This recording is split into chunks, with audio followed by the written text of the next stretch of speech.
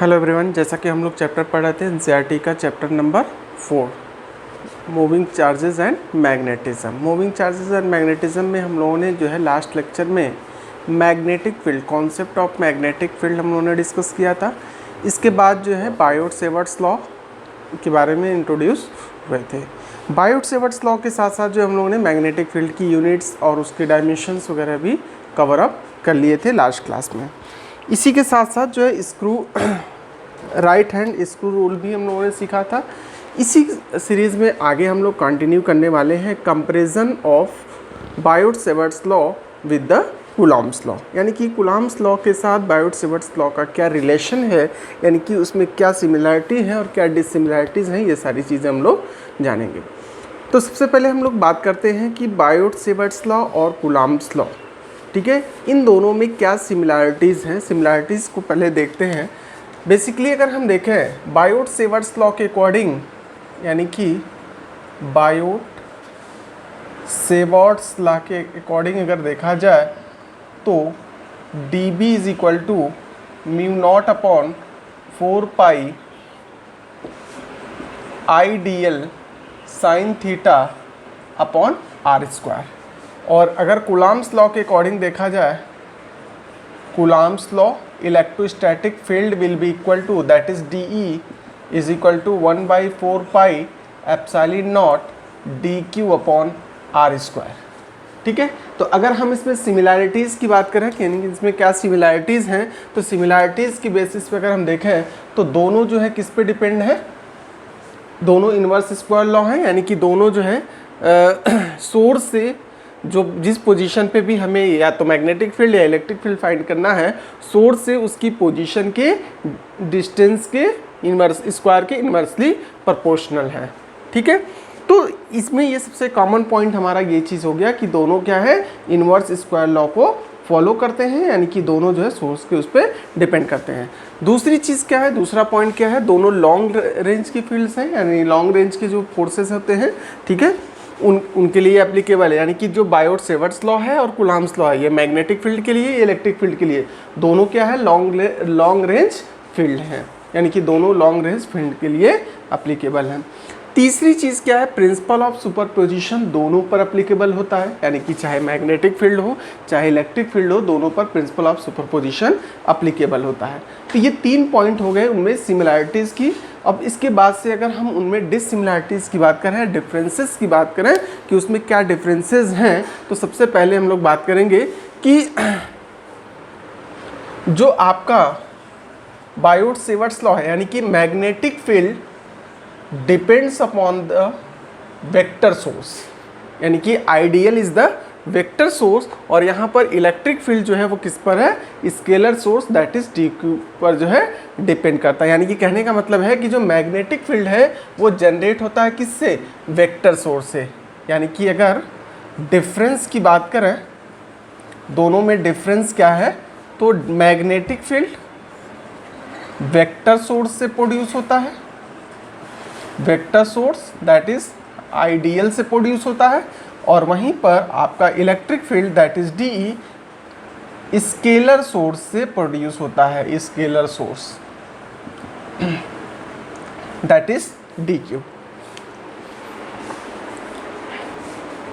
तो second difference point की अगर एक पॉइंट आपका ये हो गया, दूसरा पॉइंट अगर डिफरेंस का अगर हम देखें तो यहाँ पे मैग्नेटिक फील्ड जो होता है, यानी कि मैग्नेटिक फील्ड जो होगा, यानी कि जो भी प्लेन है जिसमें आपका आइडियल और R लाई कर रहा है उसके परपेंडिकुलर होता है, ठीक है। लेकिन यहाँ पे इलेक्ट्रिक फील्ड जो होगा, यानी कि इलेक्ट्रिक फील्ड का जो डायरेक्शन होगा वो along the line joining from the source, यानी कि सोर्स से लाइन जिस पॉइंट पे भी हमें इलेक्ट्रिक फील्ड फाइंड करना है उस पॉइंट को ज्वाइन करने वाली जो लाइन है, या फिर कह सकते हैं जो डिस्प्लेसमेंट वेक्टर है, उसके अलोंग जो है इसका डायरेक्शन होता है। तो ये बेसिक इसमें डिफरेंस हो गया।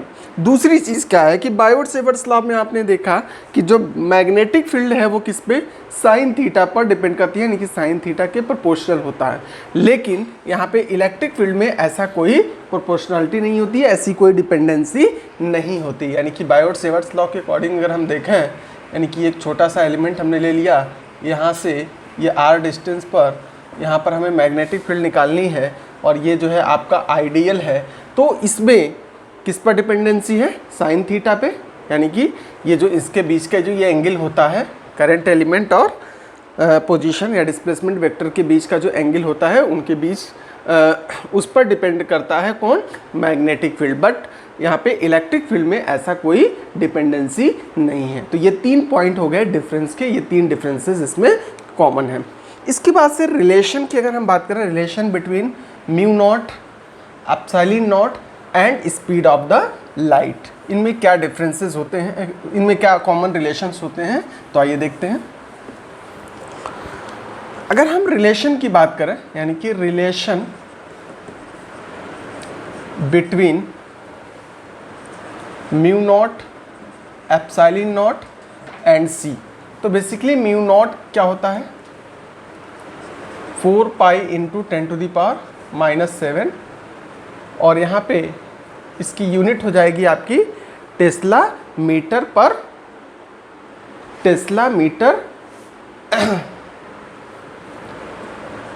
पर एम्पियर।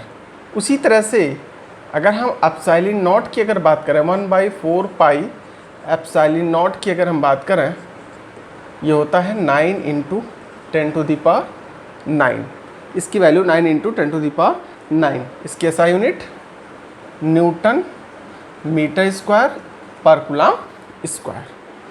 ठीक है। अब अगर इन दोनों में रिलेशन की हम बात करें, यानी कि mu not into epsilon not को हम लिख सकते हैं mu not upon 4 pi into 4 pi epsilon not upon 1 लिख सकते हैं, यानी कि ऊपर नीचे 4 पाई से मल्टीप्लाई किया तो ये हमको मिल जाएगा। इसके प्लेस पे लिख सकते हैं क्या? म्यू नॉट अपॉन 4 पाई, यानी कि इसके प्लेस पे लिख सकते हैं क्या? 10⁻⁷। यहाँ से म्यू नॉट की वैल्यू ये थी, या सीधे हम लिख सकते हैं mu not upon 4 pi is equal to this. ठीक है। और इसके प्लेस पे लिख सकते हैं 1 अपॉन एप्सिलॉन नॉट की वैल्यू ये है, तो ये 4 पाई एप्सिलॉन नॉट अपॉन 1 की वैल्यू क्या आ जाएगी? Into 1 upon 9 into 10⁹। इसको फर्दर सॉल्व करेंगे तो क्या आ जाएगा? 1 अपॉन 9 इंटू 10⁻16, और इसको लिख सकते हैं 1 अपॉन 3 इंटू 10⁸ का होल स्क्वायर, और 3 इंटू 10⁸ मीटर पर second is equal to C, that is the speed of light. ये लाइट की स्पीड होती है। तो लाइट की स्पीड होती है, तो इसका मतलब हम लिख सकते हैं mu not into epsilon not is equal to 1 upon C square. This implies C square is equal to 1 upon mu not epsilon not, and this implies C will be equal to 1 upon under root mu not epsilon not. तो ये इनके बीच में एक common relation बन करके आ गया। इसी वजह से हम लोग कहते हैं कि light is a electromagnetic wave. यहाँ पे electrical behaviour, epsilon not is the electrical permittivity of free space and this is the magnetic permittivity of the free space.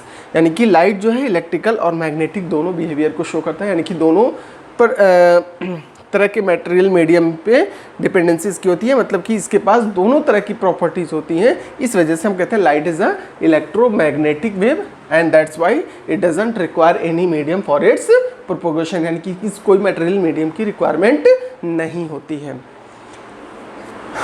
इसी तरह से अब एक आपका एनसीईआरटी का क्वेश्चन है, एग्जाम्पल नंबर 4.5, इसको देखते हैं क्या है।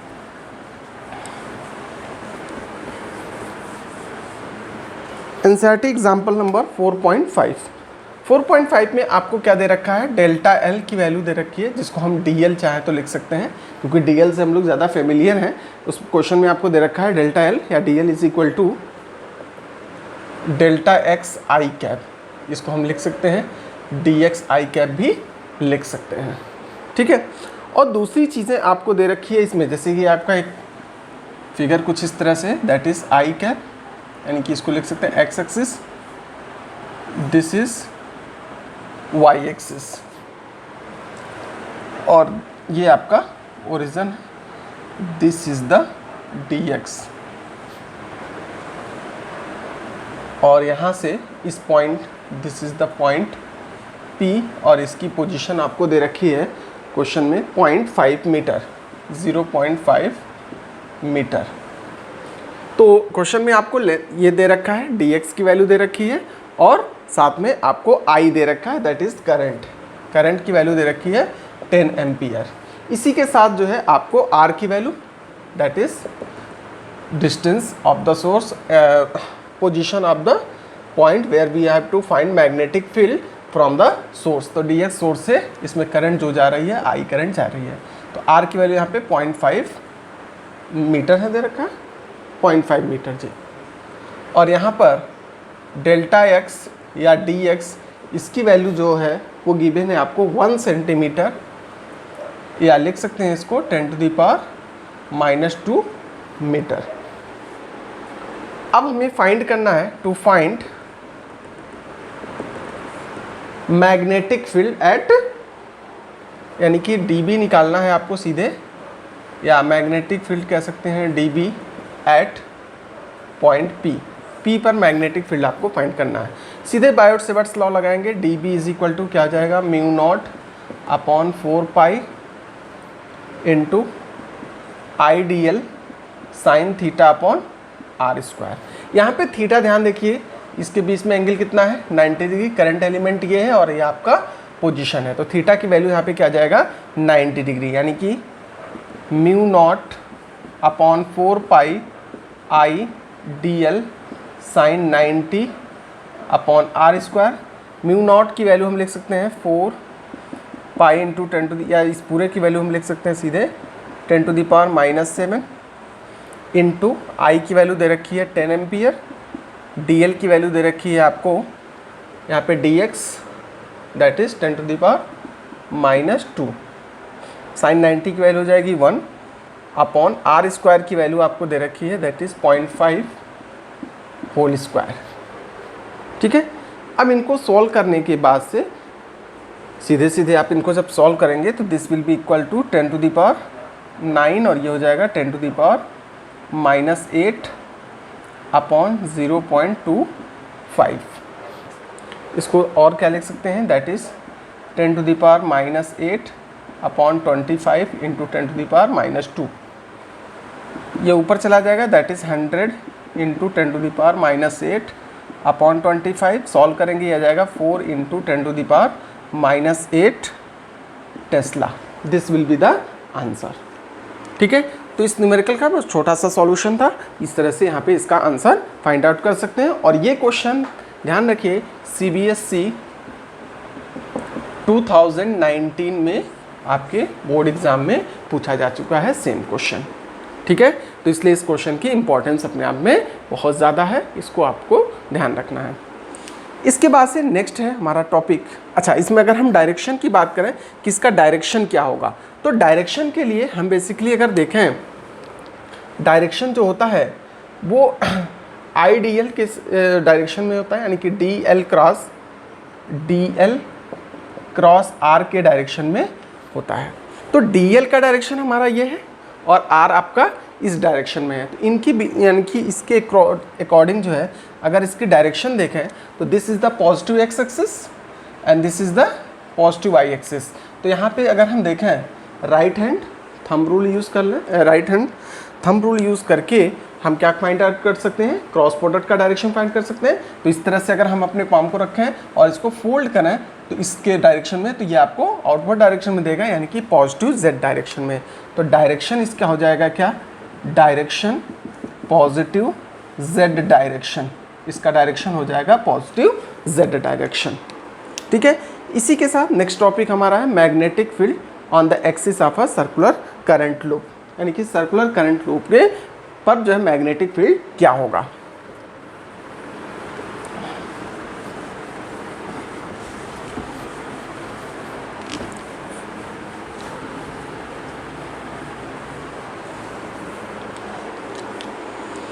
सर्कुलर मैग्नेटिक करंट लूप हमने मान लिया कि एक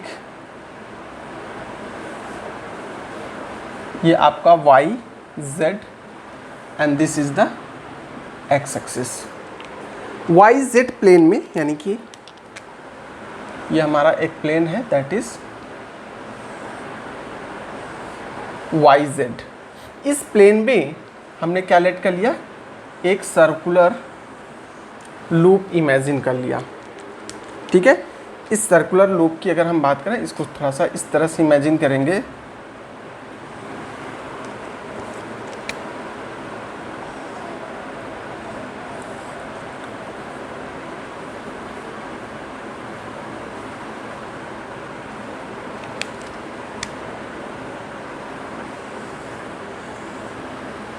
एक circular loop, that is the this is the origin, और ये इसकी रेडियस हो गई r। यहाँ से हमें इस पोजीशन पे, this is the capital R, इस पॉइंट P पर हमें मैग्नेटिक फील्ड फाइंड करना है, और जो इसकी पोजीशन यहाँ से जो है वो है x, ठीक है। और this is the current element dl। इसी तरह से यहाँ पे जो करंट एलिमेंट है दैट इज dl, इसमें करंट I फ्लो हो रही है, ठीक है। तो अब अगर हम यहाँ पे देखें तो यहाँ पे जो मैग्नेटिक फील्ड होगी एक इस डायरेक्शन में होगी, दैट इज dbx, और एक इसके परपेंडिकुलर डायरेक्शन में, दैट इज db परपेंडिकुलर लिख सकते हैं, और this is the angle theta. ये थीटा है, ये एंगल हमने ले लिया फाई, तो this is also phi by geometry, this will be the db। तो इसमें क्या चीज़ें ध्यान रखिएगा, यानी कि हमें क्या फाइंड करना है कि मैग्नेटिक फील्ड एट P, यानी कि O से x डिस्टेंस पर हमें मैग्नेटिक फील्ड कैलकुलेट करना है। तो अगर हम बायोट सेवर्ट्स लॉ के अकॉर्डिंग देखें तो according to Biot Savart law, Biot Savart's law के अकॉर्डिंग dB क्या हो जाएगा आपका, dB is equal to mu naught I D L sine theta upon R square, यहाँ पे 4 पाई भी होगा, mu not upon 4 pi I D L sine theta upon R square. चूँकि यहाँ पे अगर हम देखें ये जो r है यानी कि आपका रेडियस है, और ये वाला जो पोर्शन है और ये dl दोनों एक दूसरे के क्या हैं, परपेंडिकुलर हैं। तो उस केस में आपका ये क्या हो जाएगा, since theta is equal to 90 degree, यानी कि सीधे सीधे अगर हम देखें यहाँ पे since dl is perpendicular to r, this implies theta is equal to 90, और dB will be equal to mu not upon 4 pi I D L upon R square, this implies sine 90 is equal to 1, sine 90 की value क्या हो जाएगी, 1 हो जाएगी। इसी के साथ ध्यान रखना है, यानी कि जो हमारा dB है इसको दो कंपोनेंट में हम लोग रिजॉल्व कर सकते हैं। दो कंपोनेंट कौन सा है, एक आपका dB cos फाई होगा जो कि परपेंडिकुलर कंपोनेंट होगा, और दूसरा हो जाएगा dB sin फाई जो आपका पैरेलल टू x एक्सिस होगा, ठीक है। और यहाँ पे परपेंडिकुलर टू x एक्सिस ये कंपोनेंट होंगे, दो कंपोनेंट हमारे यहाँ पे होंगे। तो ये ध्यान रखिए कि यहाँ पे डायग्रामेटिकली अगर देखें तो इस वाले पार्ट की वजह से, यानी कि अगर इसका परपेंडिकुलर कंपोनेंट देखेंगे तो एक ऊपर की तरफ आएगा और एक नीचे की तरफ, अगर हम यहाँ से निकालेंगे तो इसका नीचे की तरफ आएगा, और इसका दोनों का मैग्नीट्यूड सेम होगा, मैग्नीट्यूड सेम, डायरेक्शन अपोजिट, तो ये दोनों एक दूसरे को कैंसिल आउट कर देंगे। लेकिन जो नेट मिलेगा वो इसको हॉरिजॉन्टल डायरेक्शन में अलोंग द एक्स एक्सिस, यानी कि जो आपको नेट मैग्नेटिक फील्ड मिलेगी, यानी कि टोटल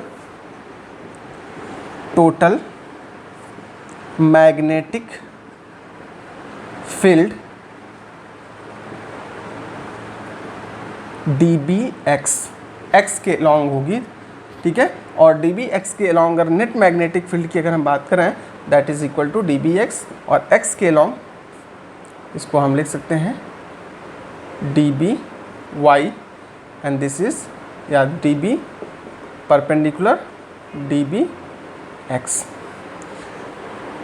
इसको सॉल्व करने के लिए हम लोग क्या कर सकते हैं, dB x के अलोंग हम सीधे लिख सकते हैं क्या, dB साइन फाई। इसको इंटीग्रेट कर देंगे कहाँ से, 0 से लेकर के 2 पाई r तक।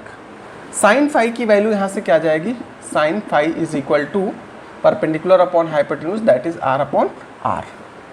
इसको सॉल्व करेंगे, dB की वैल्यू यहाँ से रखेंगे तो क्या जाएगा, 0 से लेकर के 2 pi R mu not upon 4 pi I D L upon R square और आर अपॉन आर। इसका मतलब ये हो जाएगा mu naught I R upon 4 pi R cube, और इसका इंटीग्रेशन dl का इंटीग्रेशन आपका हो जाएगा दैट इज़ l, और l को लिमिट लगाएंगे 0 से 2 पाई आर, तो इसको लिख सकते हैं सीधे 2 पाई आर। सॉल्व करेंगे सीधे क्या जाएगा आपका, mu naught I R square, 2 से 2 कैंसिल, पाई से पाई कैंसिल, अपॉन हो जाएगा 2r cube. This will be the net magnetic field. ठीक है, यानी कि P पॉइंट पर नेट मैग्नेटिक फील्ड आपका ये आ जाएगा। अब ध्यान से देखिए यहाँ पे R की वैल्यू क्या हो जाएगी, एक राइट एंगल ट्राइंगल आपको ये दिख रहा है POM, मान लिया POM एक राइट एंगल ट्राइंगल है, तो R will be equal to under root R square plus X square, perpendicular square plus base का square will be equal to hypotenuse का स्क्वायर, इसका रूट ले लेंगे तो इसकी वैल्यू आ जाएगी। बस कुछ नहीं करना है, ये वैल्यू ला करके यहाँ पुट कर देना है। इसको मैं रफ कर रहा हूँ ऊपर,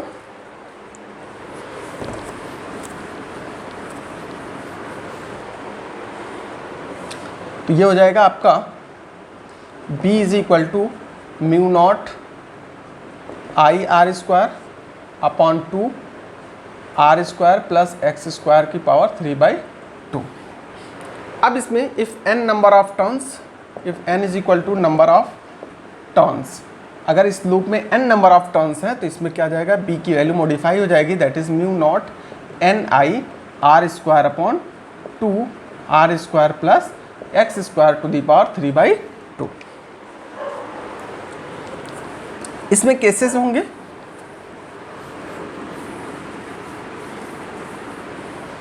केसेस क्या हैं, केस 1, केस फर्स्ट केस के अगर हम देखें, यानी कि at centre B will be equal to what, तो सेंटर पे R इज इक्वल टू क्या आ जाएगा, sorry X is equal to 0, यानी यहाँ से X पूरा है और यहाँ से यहाँ तक ये R है, तो सेंटर पे क्या आ जाएगा, X की वैल्यू 0, तो B इज इक्वल टू हो जाएगा mu naught n I R square upon 2r cube, that will be equal to mu naught n I upon 2r। Centre पे इसकी वैल्यू ये हो जाएगी। उसी तरह से केस नंबर 2 अगर हम बात करें at x is equal to r, तो b की वैल्यू क्या आ जाएगी, mu naught n I R square upon 2 R square plus R square to the power 3/2, यहाँ पे 2 और स्क्वायर हो जाएगा, mu naught n I R square upon 2 into 2 to the power 3/2 into R cube, ये cancel हो जाएगा आपका, ये हो जाएगा mu naught n I upon 2 to the power 5/2 R. तो मैग्नेटिक फील्ड इस तरह से यहाँ पे ये आ जाएगी। इसी तरह से और अगर कोई भी आपसे पोजीशन पूछा जा सकता है, यानी कि मैग्नेटिक फील्ड के लिए, तो 2 केसेस हैं, इस केसेस के बेसिस पे आप फाइंड आउट कर सकते हैं। अगर मान लीजिए कि यहाँ पे x की वैल्यू बहुत ग्रेटर है, इफ़ केस नंबर 3 अभी आप ले लीजिए, case number 3, if x is very very greater than r, तो हम r को निगलेक्ट कर देंगे, तो r को निगलेक्ट करेंगे तो b will be equal to mu naught n I R square. ध्यान रखिएगा हमेशा टर्म में से अलग किया जाता है, यहाँ पे मतलब इसको निगलेक्ट नहीं करेंगे, mu naught n I R square upon 2, यहाँ पे हो जाएगा x क्यूब। तो ये आपका मैग्नेटिक फील्ड का आंसर आ जाएगा।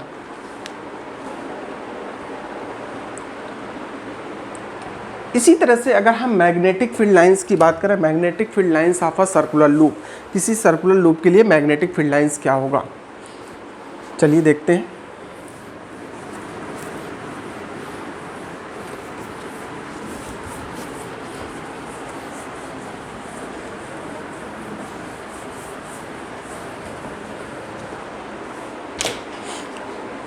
सर्कुलर लूप के लिए अगर हम मैग्नेटिक फील्ड लाइंस की बात करें, ठीक है, तो एक सर्कुलर लूप ले लेते हैं।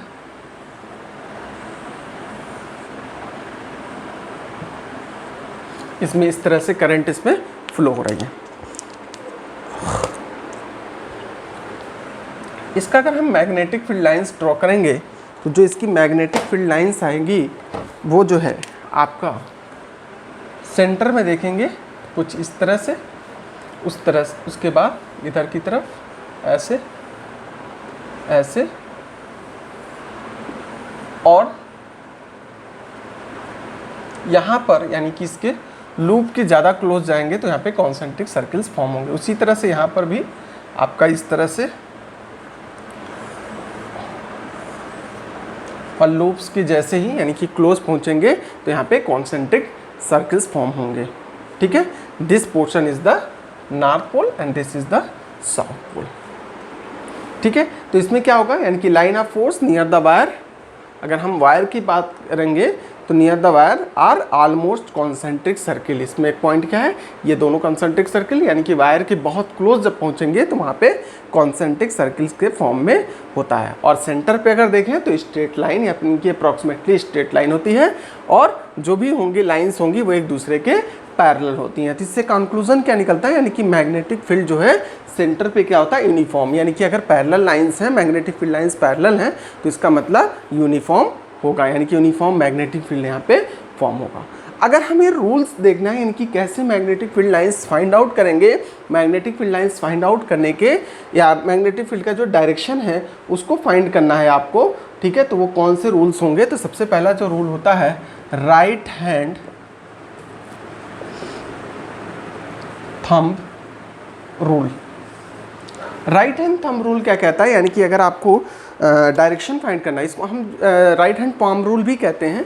ठीक है, तो सबसे पहले हम थंब रूल को समझ लें है क्या चीज़। तो राइट हैंड थंब रूल में बेसिकली कि अगर आप करंट के डायरेक्शन में, ठीक है, करंट के डायरेक्शन में, यानी कि जो जिस डायरेक्शन में करंट फ्लो हो रहा है उस डायरेक्शन में अगर आप अपने पाम को यानी कि 4 फिंगर्स को कर्ल करेंगे तो जो थंब जिस डायरेक्शन में इंडिकेट करेगा that will be the direction of the magnetic field.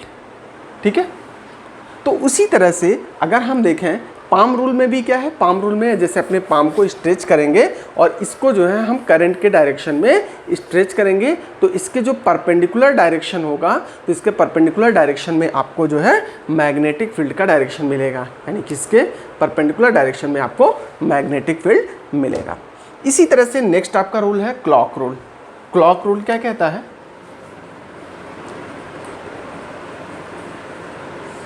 Clock rule, clock rule में बेसिकली हम क्या होता है कि ये बेसिकली पोलैरिटी बताएगा, यानी कि यहाँ पे क्या पोलैरिटी होगी और यहाँ पर क्या पोलैरिटी होगी, यानी कि मैग्नेटिक फील्ड की जो पोलैरिटी है, यानी कि ये रूल जो होता है सिर्फ सर्कुलर करंट लूप के लिए पोलैरिटी बताने का काम करता है।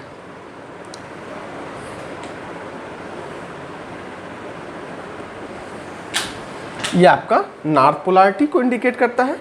अगर डायरेक्शन एंटी क्लॉकवाइज डायरेक्शन में है, यानी कि करंट एंटी क्लॉकवाइज डायरेक्शन में जहां पर होगा, ठीक है, दिस इज द आई, तो वो पोलैरिटी आपका क्या हो जाएगा, नॉर्थ पोलैरिटी। और उसी तरह से अगर क्लॉकवाइज डायरेक्शन में होगा,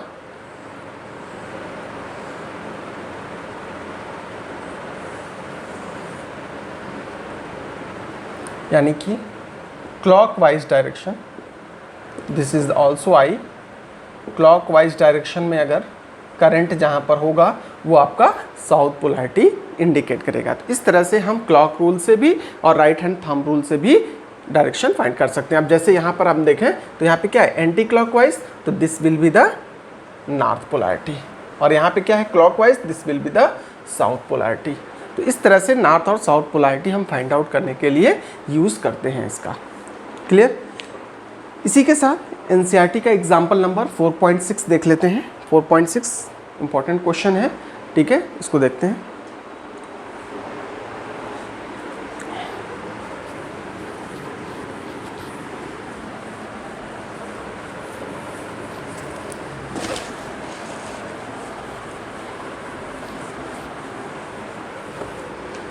फोर 4.6 क्या कहता है, इसमें 2 लूप दे रखे हैं कुछ इस तरह से। इसमें करंट ऐसे फ्लो हो रही है और इस लूप का ये सेमी सर्किल है, इसका रेडियस दे रखा है आपको 2 centimetre. R is equal to 2 centimetre आपको गिवन है। और इसमें जो करंट है I is equal to 12 ampere और इसमें भी I is equal to 12 ampere जा रहा है। Figure number A, that is the figure number B. ये NCERT एग्जाम्पल 4.6, NCERT का एग्जाम्पल 4.6 है। इसमें 3 चीज़ें पूछी गई हैं। सबसे पहली चीज़ आपसे पूछी गई है कि magnetic field at the centre, यानी कि सेंटर पर मैग्नेटिक फील्ड क्या होगा, या magnetic field due to a straight segment, यानी कि इस स्ट्रेट सेगमेंट से मैग्नेटिक फील्ड क्या होगा। तो मैग्नेटिक फील्ड निकालने के लिए सीधे हम क्या करेंगे, या नेक्स्ट पार्ट आपसे पूछा गया इसमें resemblance and difference of the B from the semi circle with the circular loop. और थर्ड पार्ट आपसे पूछा जाएगा magnetic field B if the wire is bend in opposite direction. ये 3 क्वेश्चंस आप पे जो है इससे रिलेटेड पूछे गए हैं। तो सबसे पहले magnetic field at centre of arc के सेंटर पे अगर हम मैग्नेटिक फील्ड की बात करें तो B इज इक्वल टू क्या आ जाएगा, mu naught I upon 2R होता है अगर कंप्लीट सर्किल होता है, लेकिन यहाँ पे सर्किल हाफ है, दैट इज 1/2 हो जाएगा। This will be equal to mu naught I upon 4R। इस फार्मूले से हम इसको कैलकुलेट कर सकते हैं। तो म्यू नॉट की वैल्यू क्या जाएगी, 4 पाई इंटू 10⁻⁻⁷। I की वैल्यू 12 दे रखा है और 4R की वैल्यू आपको 2 सेंटीमीटर, इसको हम लिख सकते हैं 2 इंटू 10⁻⁻2 मीटर। तो ये हो जाएगा आपका 2 इंटू 10⁻⁻2 मीटर। इसको सॉल्व करके आपका आंसर 4 3 ज़ा 2 2 ज़ा, तो this will be equal to 6 pi into 10⁻⁻5 tesla. इसको सॉल्व करेंगे तो 6 इंटू 3.14 इंटू 10⁻⁻5 सॉल्व करेंगे, ये आ जाएगा 6 4 ज़ा 24, 6 1 ज़ा 6, 2 8, 6 3 ज़ा 18 इंटू 10⁻⁻5 टेस्ला। ये राउंड फिगर आपका देखेंगे, राउंड फिगर करेंगे तो 1.9, यहाँ से एक पावर हट जाएगा, यानी कि 1.9 इंटू 10⁻⁻4 टेस्ला। ये इसका आंसर हो जाएगा। इसी तरह से बी पार्ट इससे आपका पूछा गया है कि रिजेम्बलेंस।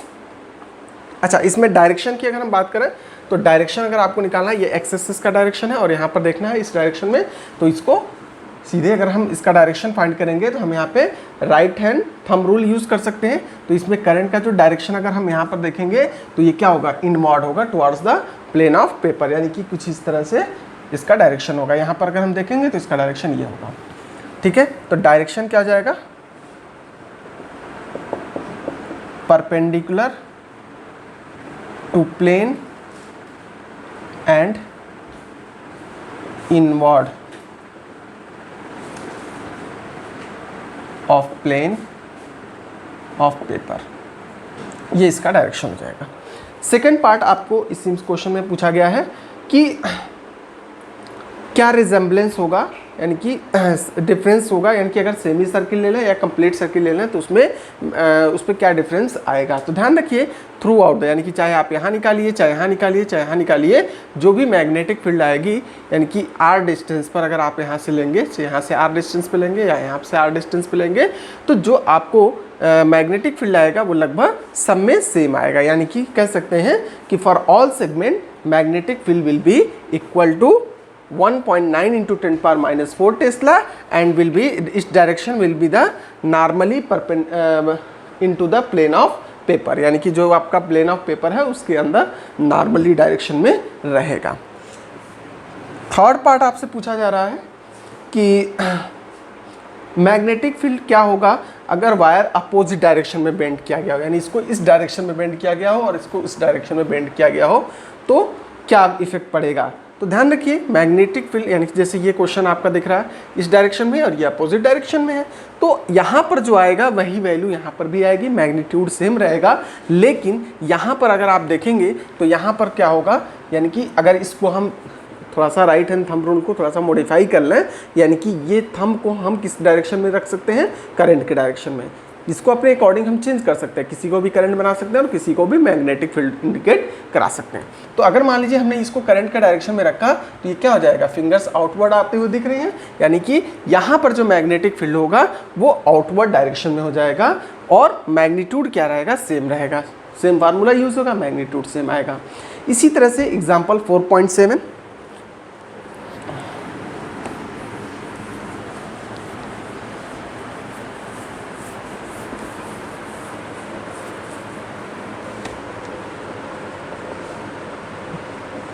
एग्जाम्पल 4.7। एग्जाम्पल 4.7 में आपको नंबर ऑफ टर्न्स दे रखा है, n is equal to 100, r दे रखा है इसमें 10 सेंटीमीटर, इसको लिख सकते हैं 10 टू द पावर -1 मीटर, और आपको गिवन है current I is equal to 1 ampere.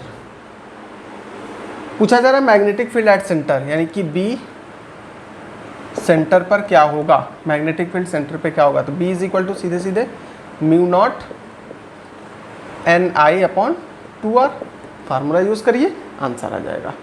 Mu naught की वैल्यू क्या जाएगी, 4 pi into 10 to the power -7, N की वैल्यू 100, I की वैल्यू 10, I की वैल्यू 10 नहीं 1 एम्पियर आपको दे रखा है, I की वैल्यू इज द 1 एम्पियर, और 2 R की वैल्यू 10 टू द पावर -1। इसको सॉल्व करेंगे, this will be equal to 5, और ये हो जाएगा आपका,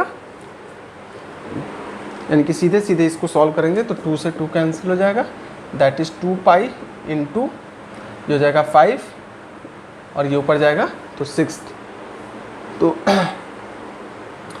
10, तो ये हो जाएगा 10 टू द पावर -5, और ये हो जाएगा -4 टेस्ला। इसको सॉल्व करेंगे, 2 इंटू 3.14 इंटू 10 पावर -4 टेस्ला, यह आ जाएगा आपका 6.28 into 10 power -4 Tesla, this will be the answer, ये आपका आंसर हो जाएगा। ठीक है, इसी पे बेस्ड एनसीईआरटी का आपका exercise question 4.1 same as it is है। तो एनसीईआरटी एक्सरसाइज 4.1 ये क्वेश्चन जो है आपका इसी टॉपिक पे बेस्ड था, तो इनको आप ट्राई करिएगा। बाकी अगर नहीं आता है तो हम लोग नेक्स्ट क्लास में इसको डिस्कस कर लेंगे, या डाउट सेशन में इसको डिस्कस कर लेंगे। ठीक है, बाकी सेम है, फार्मूला बेस्ड क्वेश्चन है, इसको भी आप कर सकते हैं, तो इसको आप खुद से अटेम्प्ट करने की कोशिश करिएगा। तो आज के लिए फ़िलहाल इतना ही। Thank you, have a nice day.